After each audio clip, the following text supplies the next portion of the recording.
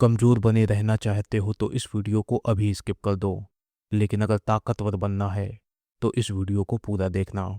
मैंने इस वीडियो में ताकतवर बनने और दूसरों को अपने कदमों में झुकाने के 5 तरीके बताए हैं। इसमें से हर तरीके को जाने बिना वीडियो से एग्जिट मत करना। और हाँ, 2 तरीकों को एक्सप्लेन करने के बाद मैंने आपको एक जानकारी दी है, उसे ज़रूर सुन लेना। और वहीं पर आपको मेरा कॉन्टैक्ट नंबर भी मिलेगा। ज़्यादा जानकारी के लिए आप मुझे सीधे उस नंबर पर बिना हिचकिचाए व्हाट्सएप मैसेज कर दीजिएगा। इस वीडियो को देखने के बाद इस सीरीज के पिछले वीडियोस को भी देख लेना। तो फिर शुरू करते हैं।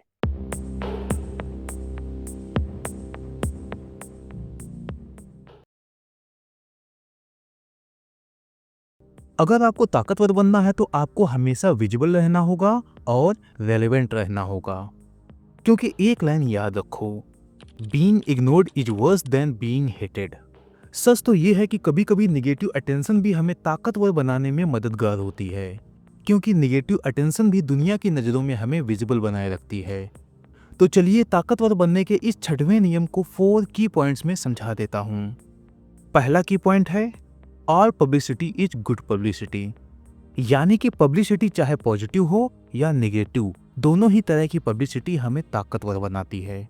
जैसे मान लो आप पब्लिक लाइफ में कोई कंट्रोवर्सी जनरेट कर देते हो, तो चूंकि आपके द्वारा जनरेट की गई कंट्रोवर्सी भी लोगों की इमोशंस को भड़काएगी, तो इसके बाद लोग आपको क्रिटिसाइज करना शुरू कर देंगे। तो भले ही लोग आपको क्रिटिसाइज कर रहे हों, लेकिन लोगों के दिमाग में आप ही चलोगे। और अगर लोगों के दिमाग में आप चल रहे तो आप ताकतवर बन रहे। और ये बात हमारे नेता अच्छे से जानते हैं। आप इस पॉइंट को कंफर्म करने के लिए यूएस प्रेसिडेंट डोनाल्ड ट्रंप के बिहेवियर एंड स्टेटमेंट्स को नोटिस कर सकते हैं। दूसरा की पॉइंट है, क्रिएट अ मेमोरेबल इमेज। आपको दुनिया के सामने अपनी एक ऐसी इमेज बनानी होगी जिसको लोग याद रख सकें। इसके लिए आपको अपनी एक यूनिक एंड स्ट्राइकिंग पर्सनालिटी को कल्टीवेट करना होगा। इसके साथ साथ अपनी एक मेमोरेबल इमेज बनाने के लिए आप अपनी स्टाइल, बिहेवियर या फिर अचीवमेंट्स का भी यूज कर सकते हैं। लेकिन पॉइंट ये है कि अपनी एक ऐसी पब्लिक इमेज बनाओ जिसे लोग आसानी से याद कर सकें। ताकतवर बनने का तीसरा की पॉइंट है, अवॉइड ब्लेंडिंग इन। मीन्स भीड़ में खो मत जाओ, क्योंकि जो लोग भीड़ में खो जाते हैं वो कभी भी ताकतवर नहीं बन सकते। इवन ऐसे लोग जो भीड़ में खो जाते हैं, जिनकी अलग पहचान नहीं होती, इनको मैनिपुलेट करना भी आसान होता है। तो आपको इससे बचना होगा और आपको कुछ ऐसा बनना होगा जिससे कि आप भीड़ में अलग ही नजर आएं। यानी कि आपको बोल्ड एंड अनकन्वेंशनल बनना होगा। और बोल्ड एंड अनकन्वेंशनल नजर आने के लिए आपको कन्फॉर्मिटी से बचना होगा। कन्फॉर्मिटी का मतलब है कि जैसा दुनिया कर रही वैसा ही आप कर रहे। बोले तो अगर आप इस दुनिया की रैट रेस का हिस्सा हैं तो आपका ताकतवर बनना मुश्किल है। और हाँ, अगर आप इस चूहों की रेस में कुछ चूहों से आगे भी निकल जाएंगे तो भी आप चूहे ही रहेंगे। यानी कि चूहों में एक ताकतवर चूहा। तो आप इससे बचिए, कुछ अलग कीजिए। चौथा की पॉइंट है, अवॉइड बीइंग टू प्रेडिक्टेबल। इस दुनिया में इंसानों के अलावा किसी भी जीव का भविष्य नहीं बताया जा सकता, लेकिन इंसानों के फ्यूचर को प्रेडिक्ट किया जा सकता है। और ऐसा इसलिए होता है क्योंकि हर इंसान mental conditioning and societal expectations की वजह से एक पैटर्न में ही बिहेव करता है और एक ही पैटर्न में सोचता भी है। तो अगर आपको किसी के पास्ट और प्रेजेंट के बारे में जानकारी है तो आप उसका भविष्य बता सकते हो। और पावर के केस में क्या होता है कि अगर आप प्रेडिक्टेबल हैं तो आप ताकतवर नहीं बन सकते। तो अपनी कुछ ऐसी पर्सनैलिटी बनाइए और इस तरीके से अपनी लाइफ को आगे बढ़ाइए जिससे कि लोग आपको प्रेडिक्ट ही ना कर सकें। जैसे मान लो जहाँ पर लोगों को उम्मीद ही नहीं है कि आप वहाँ मिलेंगे, वहाँ पहुँच जाइए। और जब लोगों को ये लगने लगे कि आप हार चुके हैं तो एक अलग ही तरीके की सफलता से दुनिया को चौंका दीजिए। कहने का अर्थ ये है कि अगर आप अनप्रेडिक्टेबल रहेंगे तो आप लोगों को मिस्टीरियस यानी कि रहस्यमयी नजर आएंगे। और रहस्यमयी चीजें लोगों को आकर्षित करती हैं। इसके अलावा आप ताकतवर बनने के लिए एक काम ये भी कर सकते हैं कि आप खुद को किसी नोटेबल फिगर से एसोसिएट कर लीजिए। जैसे कि आप खुद को किसी पावरफुल पॉलिटिशियन से एसोसिएट कर सकते हैं, या फिर अगर आप किसी इन्फ्लुएंशियल अथवा कंट्रोवर्शियल पर्सन से एसोसिएट हो जाते हैं तो भी आप लोगों को ताकतवर नजर आएंगे। अंत में अब आपको एक बात का ध्यान रखना है कि ये बात सही है कि निगेटिव पब्लिसिटी भी हमें ताकतवर बनाती है, लेकिन निगेटिव पब्लिसिटी के पास आपके ताकतवर बनने के ड्रीम को नुकसान पहुंचाने की भी क्षमता बहुत होती है। तो यदि आप निगेटिव पब्लिसिटी को अपने फेवर में यूज करना नहीं जानते तो ताकतवर बनने के इस तरीके का प्रयोग करने से बचिएगा, क्योंकि निगेटिव पब्लिसिटी आपको नोटोरियस बनाएगी और इससे आपके दुश्मन भी बढ़ते जाएंगे। वीडियो में आगे बढ़ूं उससे पहले आपको एक बात बता दूं, यह किताब एक इंसान को शातिर इंसान बनाना सिखाती है। तो आप चाहें तो इस वीडियो सीरीज की हेल्प से एक शातिर इंसान बन सकते हैं। लेकिन इस सीरीज का एक और फायदा भी है, और वो है कि अगर आप शातिर नहीं भी हैं तो कम से कम आप ये समझ सकते हैं कि एक शातिर इंसान किस तरह से सोचते हैं और किस तरह से काम करते हैं। और जब आपको इन शातिर इंसानों के बारे में पता होगा तो आप इनकी चाल में नहीं फंसेंगे और खुद को प्रोटेक्ट भी कर पाएंगे। तो ताकतवर बनने का 7वां नियम कहता है कि काम दूसरों से करवाओ लेकिन क्रेडिट खुद लो। यानी कि दूसरों की skills, time, energy and knowledge का अपने फायदे में यूज करना सीखो। इसको ऐसे भी कह सकते हैं कि काम दूसरों से करवाओ लेकिन दुनिया के पास यह मैसेज भेजो कि ये काम आपकी वजह से पूरा हो पाया। तो चलिए अब मैं आपको 5 पॉइंट्स में इस लॉ के हर एक एस्पेक्ट को समझा देता हूँ, लेकिन अंत में ये भी समझाऊंगा कि इसके फायदे क्या हैं और नुकसान क्या हैं। इसका मतलब है कि काम दूसरों से करवाओ, और जब आप दूसरों से काम करवाएंगे तो आपके पास ढेर सारा खाली समय होगा। इस समय का यूज करो स्ट्रेटेजिक थिंकिंग एंड प्लानिंग के लिए। यानी कि इस समय आप ये सोचो कि जब ये काम पूरा हो जाएगा तो कैसे आप दुनिया को ये मैसेज देंगे कि ये काम आपने पूरा किया है। और अगर आप ऐसा करने में सफल रहे तो दुनिया की नज़र में आप incredibly efficient, capable and genius नजर आएंगे। तो यहाँ पर ये होगा कि आप बहुत कम एफर्ट्स लगाकर बहुत कुछ अचीव कर लेंगे। इसका मतलब है कि पहले आप ये देखो कि आपको ताकतवर और सफल इंसान बनने के लिए कौन कौन सी स्किल्स चाहिए। इसके बाद आपके पास जो जो स्किल्स ना हों वो काम दूसरों से करवाओ, यानी कि उन लोगों से करवाओ जिनके पास वो स्किल्स हों। और इस बीच आपको क्या करना है, स्ट्रेटेजिक थिंकिंग एंड प्लानिंग। जब आप दूसरों के एफर्ट्स और अपनी स्ट्रेटेजिक थिंकिंग एंड प्लानिंग का यूज करके दुनिया को कंसिस्टेंटली इंप्रेसिव रिजल्ट दिखाएंगे तो आपकी पॉजिटिव रेपुटेशन बिल्ड होना शुरू होगी, क्योंकि दुनिया के लोगों को ये थोड़ी ना पता होगा कि ये काम आपने नहीं बल्कि आपने दूसरों से करवाया है। और फिर इस पॉजिटिव रेपुटेशन के दम पर आपका ऑरा ऑफ पावर इनहेंस होना शुरू होगा। इस पॉइंट का सिंपल सा मतलब है कि जितना भी मंडेन वर्क है वो खुद मत करो, दूसरों से करवाओ। मंडेन वर्क को दूसरों से करवाने से आप अपने टाइम और एनर्जी को वहां लगा पाएंगे जहां पर लगाने से आप दुनिया के सामने ब्रिलियंट, इंटेलिजेंट, इन्फ्लुएंशियल और पावरफुल नजर आएं। ये इस लॉ का सबसे पावरफुल मैसेज है और ये कहता है कि गिद्ध बनो। वल्चर यानी कि गिद्ध पता है क्या करते हैं, वो खुद शिकार नहीं करते क्योंकि शिकार करने में रिस्क बहुत है, जान भी जा सकती है। तो वो इंतजार करते हैं कि जब कोई दूसरा जानवर शिकार करेगा तो फिर उसी से हम भी अपना पेट भर लेंगे। तो ये नियम कहता है कि जितना भी रिस्की काम हो वो दूसरों से करवाओ, और जब दूसरे लोग वो काम सक्सेसफुल तरीके से पूरा कर लें तो उसको अपने फेवर में यूज कर लो।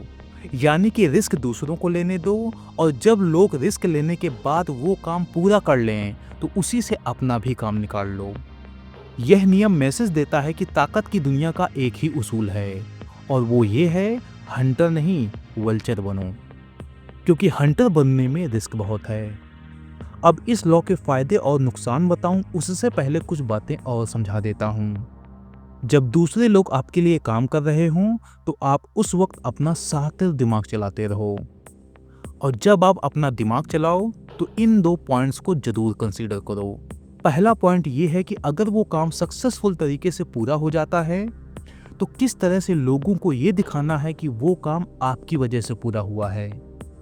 लेकिन दूसरा पॉइंट और भी ज़्यादा महत्वपूर्ण है, वो ये है कि अगर वो काम फेल हो गया तो उसकी जिम्मेदारी दूसरों पर थोप दो, या फिर ऐसा कुछ माहौल बना के रखो और कुछ ऐसे चमचे टाइप के इंसान तैयार करके रखो कि जैसे ही कोई काम फेल हो वो खुद ही उसकी जिम्मेदारी लेने के लिए आगे आ जाएं। हाँ, बस इसके लिए इन चमचे टाइप के लोगों को कुछ लालच देना पड़ेगा, तभी वो काम करेंगे। या फिर ऐसा भी हो सकता है कि अगर कोई डिग्निटी वाला और दिल का साफ इंसान हुआ तो वो खुद ही अपने अनसक्सेसफुल काम की जिम्मेदारी ले लेगा। हाँ, बस ध्यान रहे कि लोगों को यह एहसास ना होने पाए कि आप कितने सातिर हो। इसका एक उदाहरण दे देता हूँ। भारत में एक महान और देवता समान नेता हुआ करता था।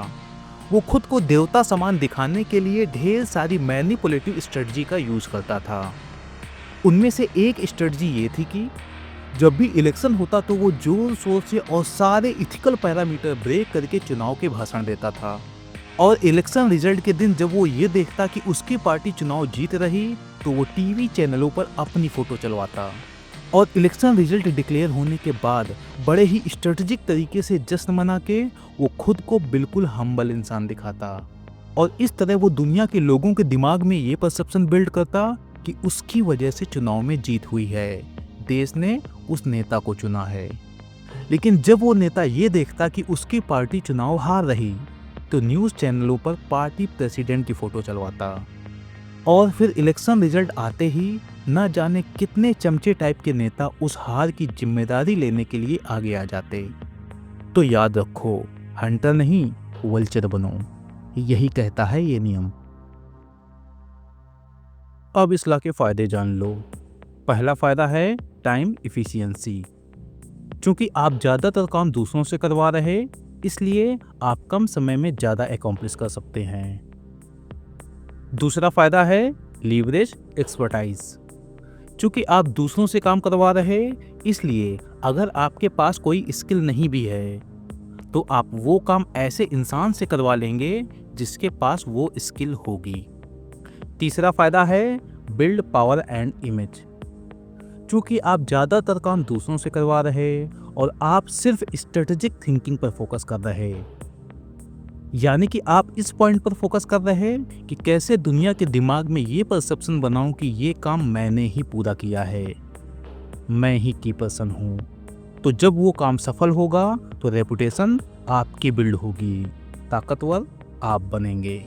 चौथा फायदा है रिड्यूस रिस्क। क्योंकि आप रिस्की काम दूसरों से करवा रहे, इसलिए जब वो काम फेल होगा तो वो लोग खुद ही उस फेल काम की जिम्मेदारी लेंगे।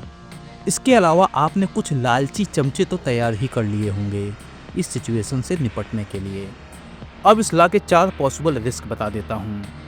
पहला रिस्क है डैमेज्ड रेपुटेशन, यानी कि अगर आप एक्सपोज हो गए तो आप दुनिया की नज़र में सिर्फ एक मैनिपुलेटिव फ्रॉड बन के रह जाओगे और आपने जो भी इमेज बनाई होगी उसकी भी धज्जियाँ उड़ जाएंगी। दूसरा रिस्क है रिजेंटमेंट। जो लोग आपके लिए काम कर रहे होंगे उन्हें ये लग सकता है कि आप उन्हें टेकन फॉर ग्रांटेड ले रहे और आप उन्हें एक्सप्लॉइट कर रहे, तो वो आपके खिलाफ हो सकते हैं। तीसरा रिस्क, वैसे इसे रिस्क ना बोल के इथिकल पिटफॉल कहना ठीक रहेगा, यानी कि एक बात तो क्लियर है कि जो काम आप कर रहे वो नैतिक रूप से गलत है।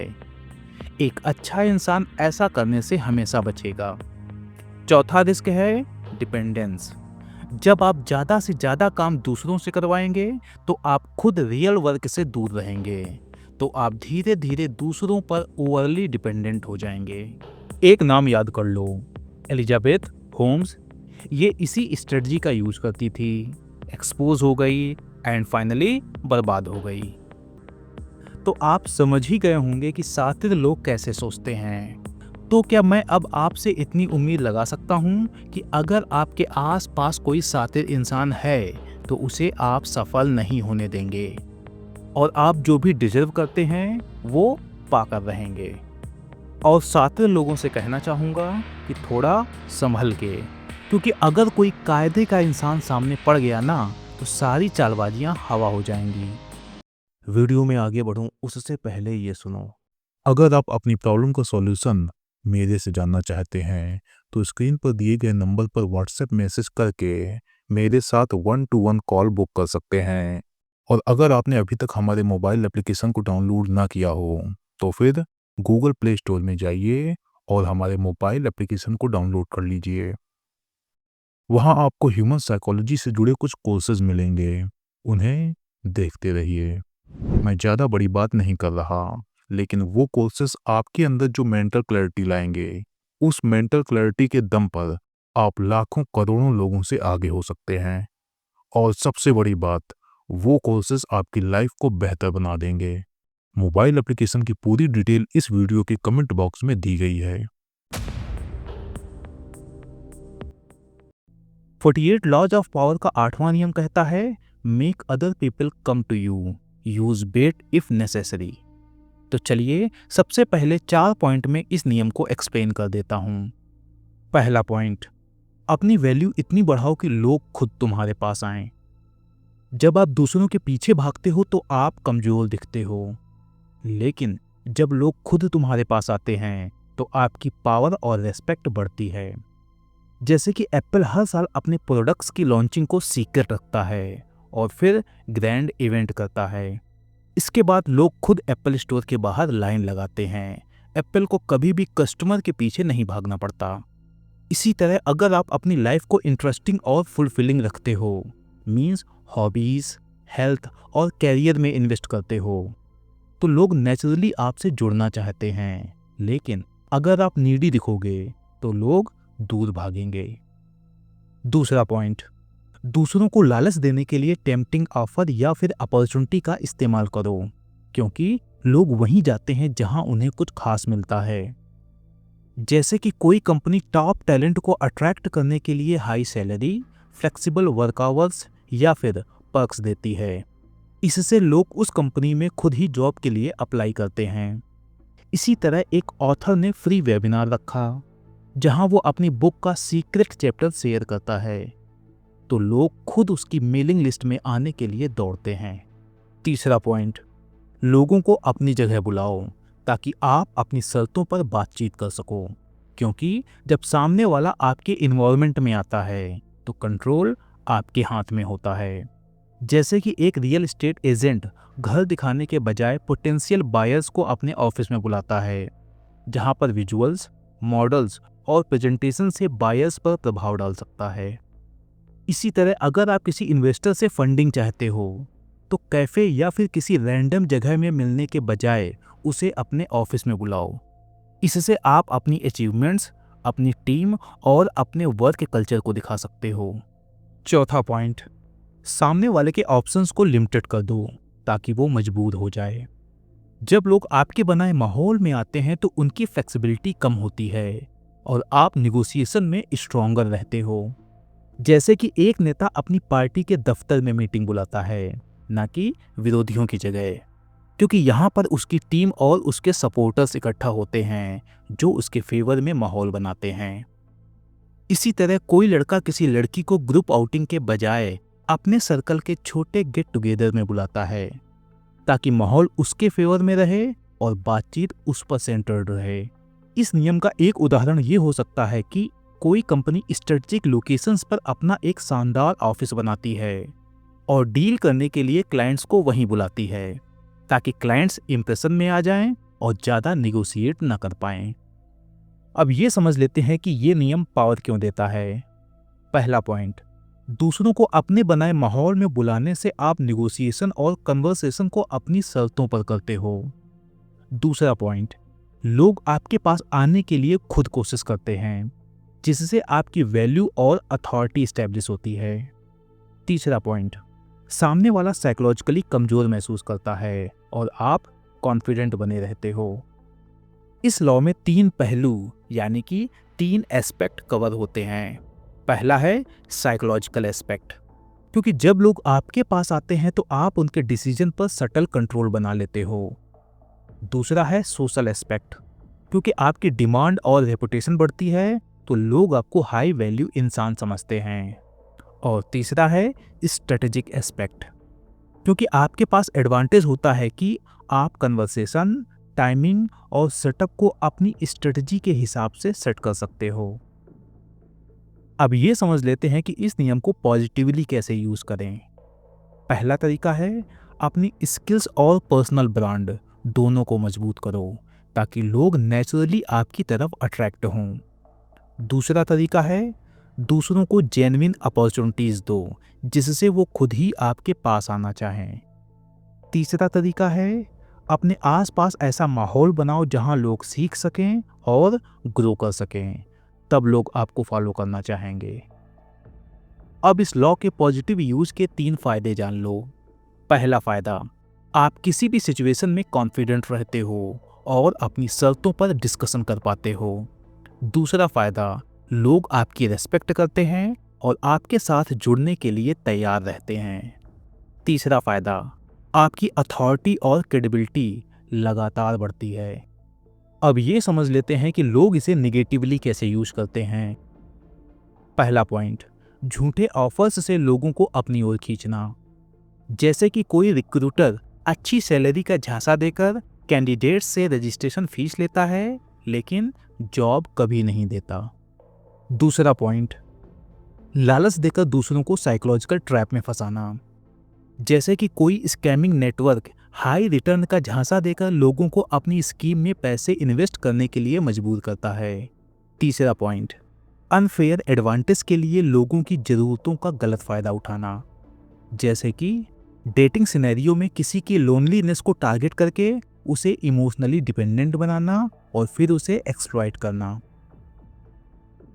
अब इस निगेटिव यूज के नुकसान के बारे में भी जान लो। पहला नुकसान, लोगों का आप पर ट्रस्ट पूरी तरह से खत्म हो सकता है क्योंकि लोग खुद को चीटेड महसूस करेंगे। दूसरा नुकसान, आपकी रेपुटेशन बर्बाद हो सकती है और लॉन्ग टर्म में आप पर कोई भरोसा नहीं करेगा। तीसरा नुकसान, लीगल एक्शन और सोशल बैकलेस का खतरा हो सकता है। अपनी वैल्यू से लोगों को अट्रैक्ट करो लेकिन अनइथिकल टैक्टिक्स से दूसरों को ट्रैप में मत फंसाओ। सही तरीके से लोगों को अपनी तरफ खींचने से रेस्पेक्ट और सक्सेस मिलती है। गलत तरीके से करने पर ट्रस्ट और फ्यूचर दोनों खो सकते हैं। अपनी इम्पोर्टेंस, स्किल्स और जेन्युइन अपॉर्चुनिटीज से दूसरों को अपने पास आने के लिए मजबूर करो। जरूरत पड़े तो टेम्पटिंग ऑफर्स का इस्तेमाल करो लेकिन अनइथिकल तरीके से मैनिपुलेशन मत करो। सही तरीके से ये नियम यूज करोगे तो लोग तुम्हें रिस्पेक्ट करेंगे। गलत तरीके से यूज करोगे तो तुम्हारी क्रेडिबिलिटी हमेशा के लिए खत्म हो सकती है। अब बारी है कहानियों की, तो मैं आपको 2 कहानियां सुनाऊंगा और आप इन कहानियों को ध्यान से सुनिएगा। पहली कहानी है लुई 14वें और उनके मंत्रियों की। लुई 14वें फ्रांस के सबसे शक्तिशाली और लंबे समय तक राज करने वाले राजा थे।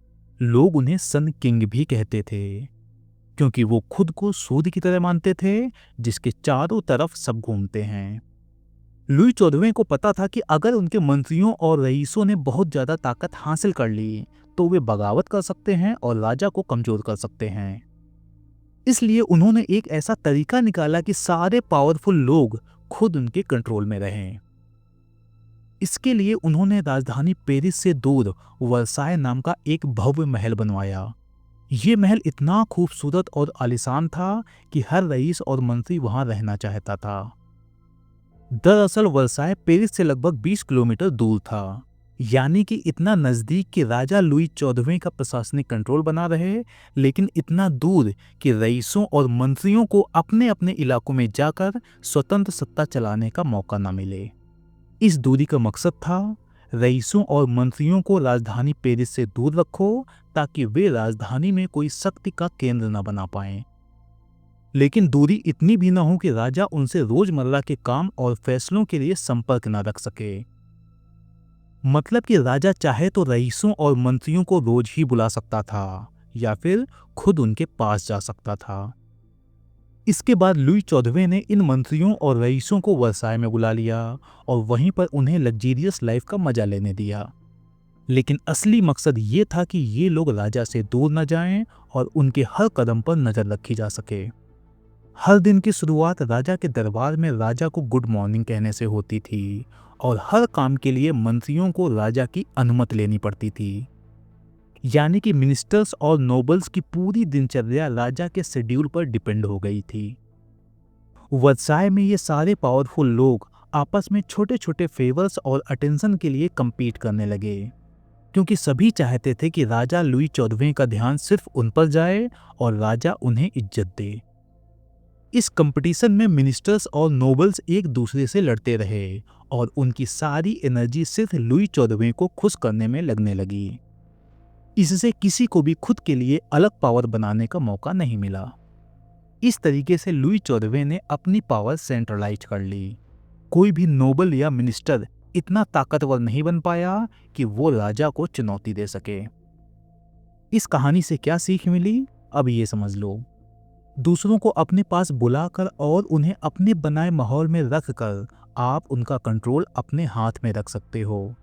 जब लोग एक ही जगह पर रहेंगे और एक ही इंसान को इम्प्रेस करने के लिए आपस में compete करेंगे, तो पावर उसी इंसान के पास रहेगी जिसने ये इन्वायरमेंट बनाया है। यह सबसे अच्छा एग्जाम्पल है कि अपनी जगह पर दूसरों को बुलाकर अपने बनाए रूल्स के साथ खेल खिलाने से कैसे कंट्रोल और पावर अपने हाथ में रखा जा सकता है। अब दूसरी कहानी, और ये कहानी है हर्नान कोर्टेस और मोंटेजुमा की।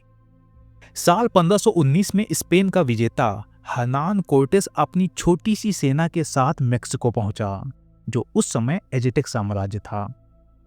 एज़टेक साम्राज्य के सम्राट मोंटेजुमा ने कोर्टेस के बारे में पहले ही सुन रखा था। एज़टेक लोग कोर्टेस को एक पुराने देवता के अवतार की तरह मानते थे, क्योंकि उनके धर्म में भविष्यवाणी थी कि एक सफेद आदमी समुद्र के पार से आएगा। कोर्टेस ने इस भ्रम को और बढ़ाया और उसने मोंटेजुमा को महंगे तोहफे और मैत्रीपूर्ण संदेश भेजे। ये गिफ्ट मोंटेजुमा को ये दिखाने के लिए थे कि कोर्टेस उसका दोस्त बनना चाहता है। इस तरह मोंटेजुमा को अपने राजमहल में कोर्टेस से मिलने की जिज्ञासा और दबाव दोनों महसूस हुआ। फिर उसने कोर्टेस को अपने राजधानी शहर टेनोनचिट्लान बुला लिया। यहाँ असली बात यह है कि टेक्निकली मोंटेजुमा ने कोर्टेस को बुलाया, लेकिन कोर्टेस ने ही गिफ्ट और डिप्लोमेसी के जरिए ऐसी परिस्थिति बना दी कि मोंटेजुमा खुद उसे बुलाने के लिए मजबूर हो गया। यही साइकोलॉजिकल मैनिपुलेशन था कि सामने वाला खुद बुलाए, लेकिन वो आपके प्लान का हिस्सा हो। जब कोर्टेस टेनोनचिट्लान पहुंचा तो मोंटेजुमा ने उसका शानदार स्वागत किया और उसे अपने महल में ठहराया, लेकिन कोर्टेस ने चुपके से अपने सैनिकों को स्ट्रेटेजिक जगहों पर जमा कर लिया। फिर कुछ ही दिनों में कोर्टेस ने मोंटेजुमा को बंदी बना लिया और सम्राट अपने ही शहर और महल में कोर्टेस के कंट्रोल में आ गया, क्योंकि यहाँ कोर्टेस मोंटेजुमा के बनाए माहौल में नहीं था, बल्कि मोंटेजुमा कोर्टेस के बनाए साइकोलॉजिकल ट्रैप में था। और मोंटेजुमा यह सोचता रहा कि वह सब कुछ कंट्रोल कर रहा, लेकिन असल में कंट्रोल कोर्टेस के हाथ में था। बाद में कोर्टेस ने एज़टेक साम्राज्य को पूरी तरह से जीत लिया और मेक्सिको पर कब्जा कर लिया। अब इस कहानी से क्या सीख मिली, ये भी समझ लो। कोर्टेस ने सामने वाले को मैनिपुलेट करके ऐसी सिचुएशन बनाई कि सम्राट खुद उसे अपने दरबार में बुलाने के लिए मजबूर हो गया। लेकिन दरबार में बुलाकर भी मोंटेजुमा ने अपनी ताकत नहीं बढ़ाई, उल्टा कोर्टेस ने उसके दरबार को ही अपनी ताकत में बदल दिया। तो पॉइंट यहाँ पर यह है कि दूसरों को अपनी जगह बुलाना तभी फायदेमंद होता है जब आप तैयार हों और माहौल को कंट्रोल कर सकें, नहीं तो बुलाने वाला भी अपने ही जाल में फंस सकता है। क्या आपने कभी किसी से बहस करके उस बहस में जीत हासिल की है? अगर की होगी तो आपको पता होगा कि आपने उस बहस में जिसको हराया था, वो इंसान अब आपको उतना पसंद नहीं करता जितना पहले करता था। बहस में जो जीत होती है वो बहुत ही सतही और दिखावटी होती है, क्योंकि आप बातों से तो जीत जाते हैं, लेकिन आप जिस इंसान से बहस में जीतते हैं, उस इंसान का आपसे जो रिश्ता होता है वो रिश्ता हार जाता है। रॉबर्ट ग्रीन कहते हैं कि बातों से नहीं, अपने काम से जीत हासिल करो। हेलो फ्रेंड्स, आज मैं 48 लॉज ऑफ पावर के 9th लॉ को एक्सप्लेन करने जा रहा, जो कहता है win through your actions, never through argument. तो चलिए पहले आपको 2 कहानियां सुनाता हूं।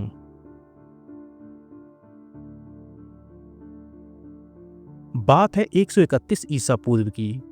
रोमन सेनापति म्यूसियनस ने ग्रीस के परगमस शहर पर हमला बोल दिया, तो उसे महल की दीवार तोड़ने के लिए एक भारी लकड़ी की मस्ट चाहिए थी।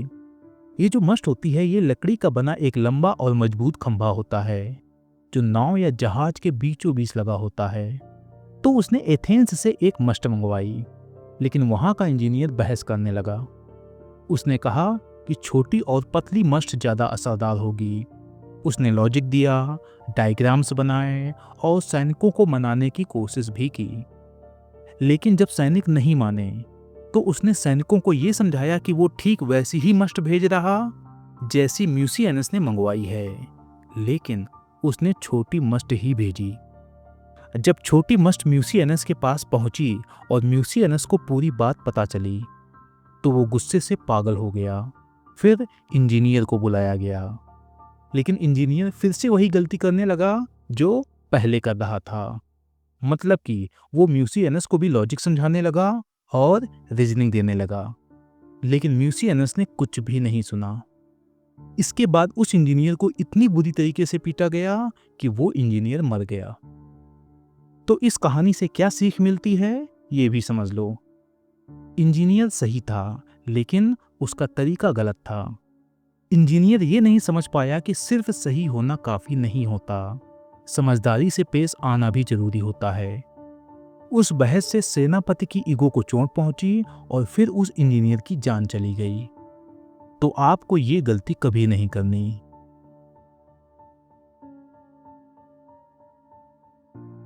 साल 1502 फ्लोरेंस में संगमरमर का एक बड़ा सा टुकड़ा पड़ा था। लोग उसे बेकार मान चुके थे, लेकिन माइकल एंजेलो ने उसी मार्बल ब्लॉक में डेविड की मूर्ति बनाने का सोचा।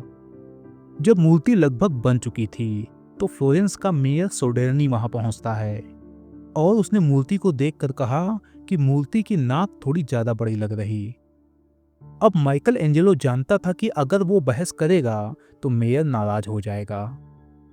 तो उसने क्या किया कि वो चुपचाप मूर्ति के पास गया, हथेली में थोड़ी सी मार्बल डस्ट उठाई और चिंसेल यानी कि छेनी से हल्की हल्की चोट मारने का नाटक किया, और फिर हथेली में जो उसने डस्ट उठाई थी उसे धीरे से गिरा दिया, जिससे कि सौदेरनी को ये लगे कि हाँ, उसने उसकी बात मान के डेविड की मूर्ति की नाक को थोड़ा सा बदल दिया है। लेकिन सच ये था कि उसने कुछ भी नहीं बदला था। फिर माइकल एंजेलो सोडेर्नी से बोला, अब देखिए कैसी लग रही नाक। तो सोडेर्नी बोलता है, अब परफेक्ट लग रही। तो इस कहानी से क्या सीख मिली, अब ये भी समझ लो। माइकल एंजेलो ने कुछ भी नहीं बदला था, बस बदलने का नाटक किया था, क्योंकि उसे पता था कि अगर वो बहस करेगा तो मामला बिगड़ जाएगा। इसलिए उसने सोडेर्नी की बात मानते हुए एक्शन लिया, या फिर ये कह सकते हैं कि उसने सोडेर्नी को यह एहसास दिलाया कि उसने एक्शन लिया है, क्योंकि माइकल एंजेलो को पता था कि एक्शन से किसी को समझाना आसान होता है। अब आपको सिंपल एंड स्ट्रेट तरीके से इस लॉ को समझा देता हूं। किसी से बहस करके उसकी मेंटेलिटी को बदलने की कोशिश कभी मत करो, और ना ही किसी को कोई पॉइंट समझाने के लिए बहस करो। लोगों को समझाने का सबसे ताकतवर तरीका है करके दिखाओ। जब आप बहस करते हो और आप सामने वाले इंसान को उस बहस में हरा देते हो, तो सामने वाला इंसान नीचा महसूस करता है। भले ही वो हाँ कह दे, लेकिन अंदर से वो नाराज हो जाता है। लेकिन जब आप उसे अपनी बातों से गलत ठहराने के बजाय चुपचाप सही काम कर देते हो, तो सामने वाला खुद ही मान जाता है और उसकी ईगो भी हर्ट नहीं होती। चलिए आपको ख्रुश्चेव से जुड़ा एक इंसिडेंट बताता हूँ। एक बार ख्रुश्चेव जब प्रेस कॉन्फ्रेंस कर रहे थे तो उनसे किसी ने पूछा कि आपने स्टालिन को क्यों नहीं रोका। तो ख्रुश्चेव कहते हैं, किसने किया ये सवाल? कोई जवाब नहीं आया, सब शांत हो गए। फिर ख्रुश्चेव जवाब देते हैं, जैसे आप कुछ नहीं बोल पाए वैसे ही मैं भी उस वक्त कुछ नहीं बोल पाया। मतलब कि ख्रुश्चेव ने लोगों को वो डर महसूस करा दिया जो स्टालिन के टाइम होता था, और बिना बहस के सबको समझा दिया कि उन्होंने क्यों आखिरकार स्टालिन को नहीं रोका। तो अगली बार जब आपको लगे कि बहस करनी चाहिए तो थोड़ा रुकिए और सोचिए कि क्या मैं इसे अपने काम से साबित कर सकता हूँ। अगर आपको रेस्पेक्ट और पावर चाहिए तो बातों से नहीं, अपने एक्शंस से लोगों को दिखाइए कि आप सही हो। कई बार लोग तुरंत नहीं मानते, लेकिन समय के साथ आपका काम ही सबसे बड़ा जवाब बन जाता है। जैसा कि बेंजामिन डिज़राएली ने कहा था, बातें मत करो, रिजल्ट दिखाओ। क्या आपने कभी ऐसे लोगों को देखा है जो जहां जाते हैं वहां बर्बादी, झगड़े और बदकिस्मती लेकर आते हैं? आप सोचते हैं कि मैं इस इंसान की मदद करूंगा, लेकिन धीरे धीरे आपकी खुद की जिंदगी बिखरने लगती है। 48 लॉज ऑफ पावर का 10वां नियम कहता है, infection, avoid the unhappy and the unlucky.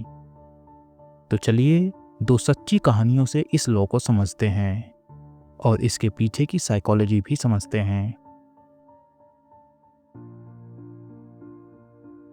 लोला मोंटेज ने पेरिस में एंटरटेनमेंट की दुनिया में नाम कमाने की कोशिश की, लेकिन 1840 तक उसका डांसिंग करियर लगभग खत्म हो चुका था। तब उसने तय किया कि अब वो इन्फ्लुएंस और चार्म का इस्तेमाल करके पावरफुल लोगों से जुड़ेगी और उनके जरिए अपने सपनों को पूरा करेगी। पेरिस में उस समय एक अखबार निकलता था और वो अखबार पेरिस का सबसे बड़ा और सबसे असरदार अखबार माना जाता था और उसके मालिक थे अलेक्जेंडर डुज़ारिये। लोला को समझ आ गया था कि अगर उसका कैरियर किसी इंसान की मदद से बच सकता है तो वो यही इंसान है।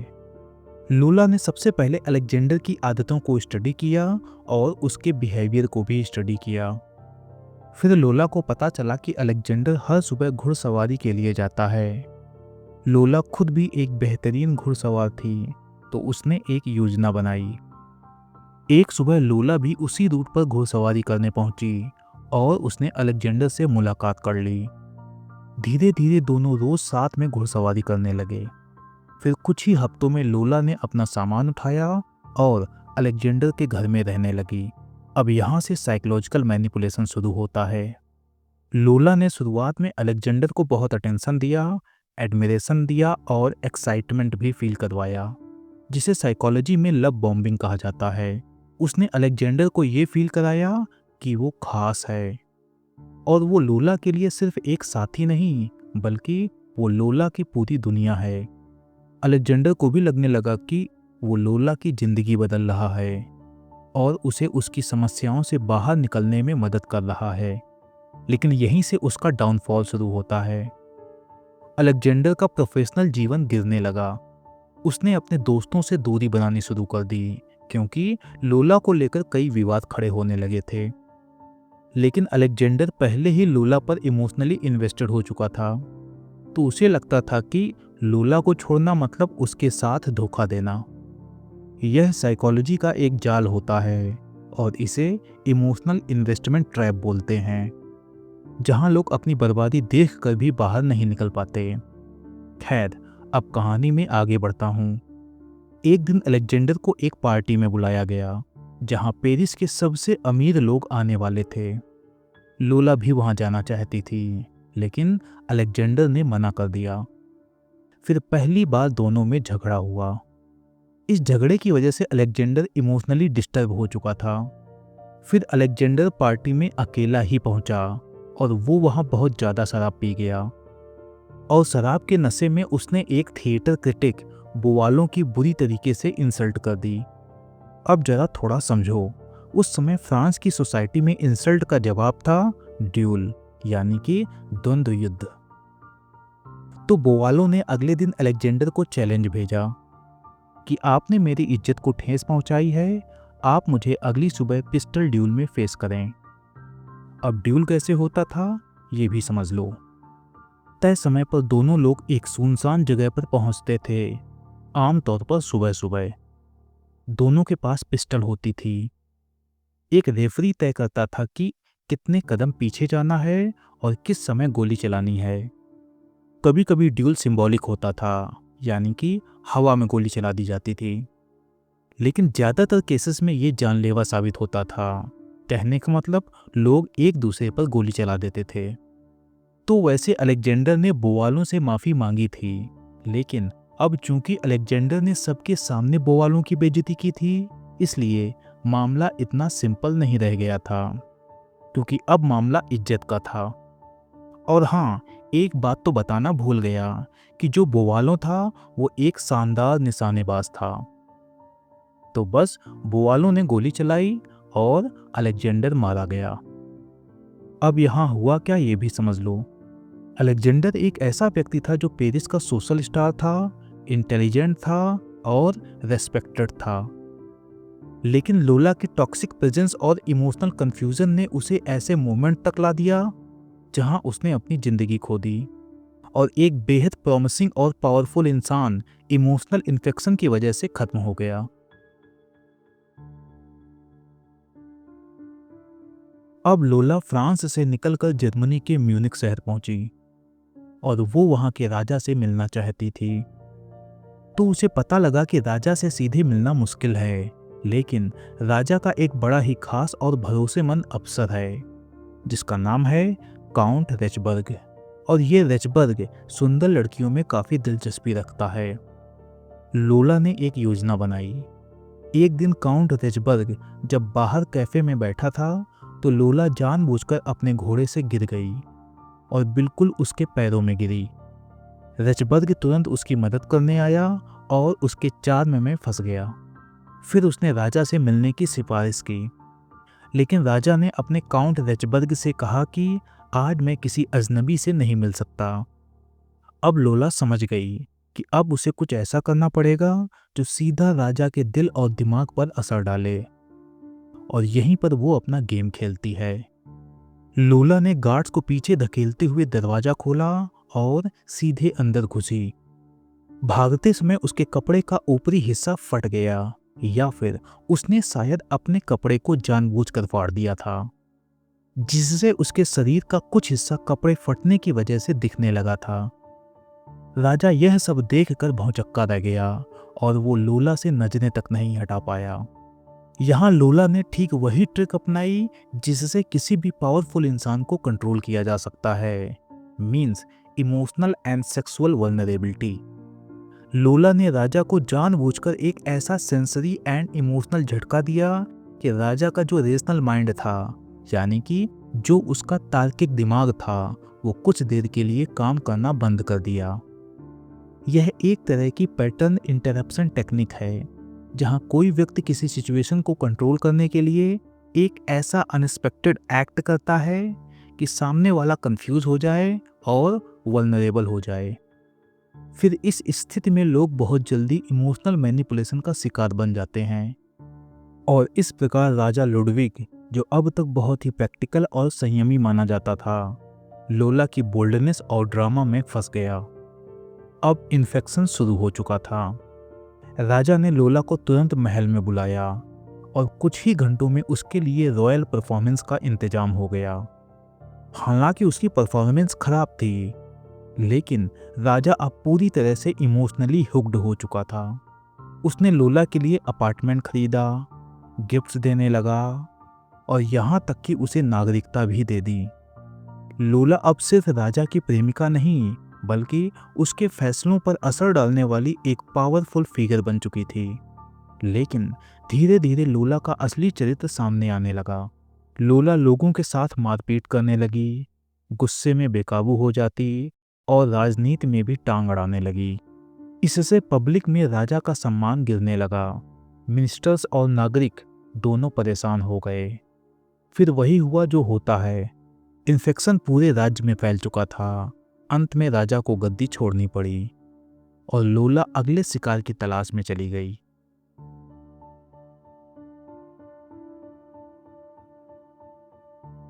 इन दोनों कहानियों में एक पैटर्न है। सामने वाला इंसान पहले तो बहुत खास और एक्साइटिंग लगता है, फिर आप उसकी इमोशनल इनस्टेबिलिटी, ड्रामा और प्रॉब्लम्स में फंसते जाते हो, और धीरे धीरे आपकी सोच, भावनाएं और किस्मत भी उसकी जैसी ही हो जाती हैं। साइकोलॉजी में इसे कहते हैं इमोशनल कंटेजन, यानी कि हम जिन लोगों के साथ वक्त बिताते हैं उनकी एनर्जी और माइंडसेट हमें इन्फेक्ट कर देता है। रॉबर्ट ग्रीन कहते हैं कि ऐसे लोगों की मदद मत करो और ना ही इनसे कोई बहस करो, बस इनसे दूरी बना लो। और अगर दूरी नहीं बनाई तो आपका भी विनाश होना है। अब फाइनल मैसेज सुनो। जैसे इन्फेक्शन फैलता है वैसे ही पॉजिटिविटी भी फैलती है। तो अगर आप खुश मिजाज, जेनरस एंड डिसिप्लिन लोगों के साथ रहोगे तो उनका माइंडसेट आप पर भी असर डालेगा। तो अगर आप डरपोक हैं तो ऐसे लोगों के साथ रहिए जो बहादुर हों। और अगर आप निगेटिव सोचते हैं तो विजनरी लोगों का साथ अपनाइए। जिंदगी का एक नियम बनाइए कि आप निगेटिव लोगों से दूर रहेंगे और पॉजिटिव लोगों से जुड़ेंगे। और यह किसी भी थेरेपी से ज़्यादा पावरफुल है। यही पावर है और यही 10th लॉ की सच्चाई है। तो कमेंट करके बताइएगा कैसा लगा आज का वीडियो। मिलते हैं नेक्स्ट वीडियो में।